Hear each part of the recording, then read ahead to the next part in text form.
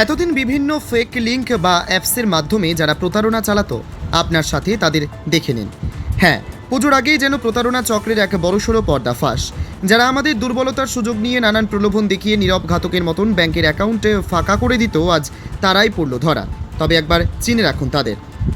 এক গোপন সূত্রে খবর মারফত ব্যারাকপুর পুলিশ কমিশনারেটের সাইবার ক্রাইমের বিশেষ টিম এবং মোহনপুর থানা হানা দেয় ব্যারাকপুর ওয়ারলেস মোড় সন্নিহিত রয়্যাল পার্ক এলাকায়।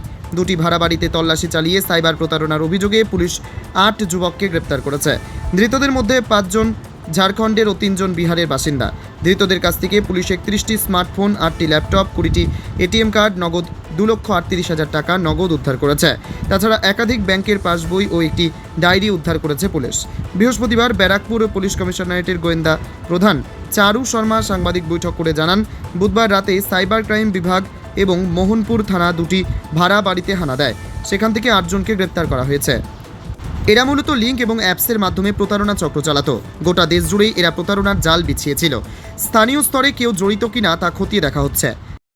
তো যেটা বলে বাল্ক মেসেজিং, একটা মেসেজ ধরুন মানে থাউজেন্ডস লোক কাছে চলে যাবে। তো আউট অফ 10,000 পিপল হতে পারে 100 জন ডাউনলোড করবে, 100 জন বাকি ডাউনলোড করে না। তো যারা ডাউনলোড করছে এপিকে ফাইল ওদের সিস্টেমে, যেটা আমরা বলি কি ওরা সিস্টেমকে টেক ওভার করে নেয়, অ্যাক্সেস নিয়ে নেয়, যেটা আমরা বলি কি স্ক্রিন শেয়ারিং হয়, হ্যাঁ না, ওরকম যেগুলো অ্যাপ হয় এটা এরা পাঠাতো অ্যাপের মাধ্যমে। এদের পেছনে তার একটা বড় চক্র আছে, নিশ্চয়ই আছে। মাস্টারমাইন্ডকে পাওয়া যায় না।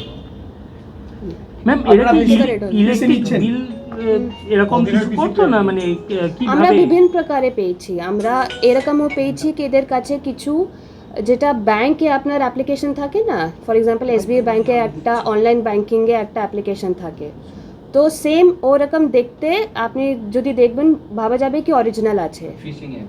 হ্যাঁ, কিন্তু টুকটাক চেঞ্জেস আছে। যেমন এসবিআই তো ইউনো।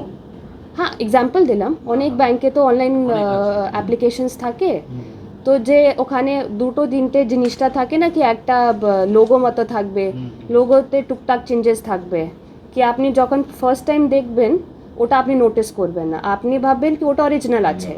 ব্যাংক থেকে আপনি একটা মেসেজ পাচ্ছেন কি আমাদের ধরুন অ্যাপ্লিকেশন আপগ্রেড হচ্ছে, আপনি নতুন অ্যাপ্লিকেশন এখান থেকে ডাউনলোড করুন।